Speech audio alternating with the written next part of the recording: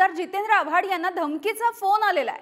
रोहित गोदारा या नावाच्या व्यक्तीने आव्हाड यांना हा धमकीचा फोन केलाय। रोहित हा बिष्णोई गँगचा असल्याची सुद्धा माहिती मिळतेय। फोनवरूनच त्याने या संदर्भातली माहिती दिलेली आहे। जितेंद्र आव्हाड यांच्याकडे त्याने पैशांची मागणी केली आहे, तर पैसे दिले नाहीत तर तयार रहा अशी सुद्धा धमकी आव्हाडांना देण्यात आली आहे।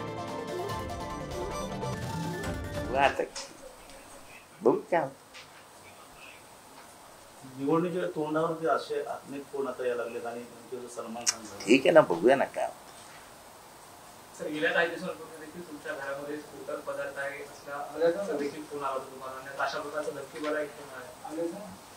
ठीक आहे, चालतं आयुष्यात अशा गोष्टी, हे अशा गोष्टी चालत राहतात। जेव्हा आपण एवढं सगळं करत असतो तेव्हा दुखावलेली माणसं खूप असतात, त्यामुळे ही रिस्क तर आयुष्यात असतेच। विद्रोही माणसाच्या आयुष्यात हे असं घडतच राहतं।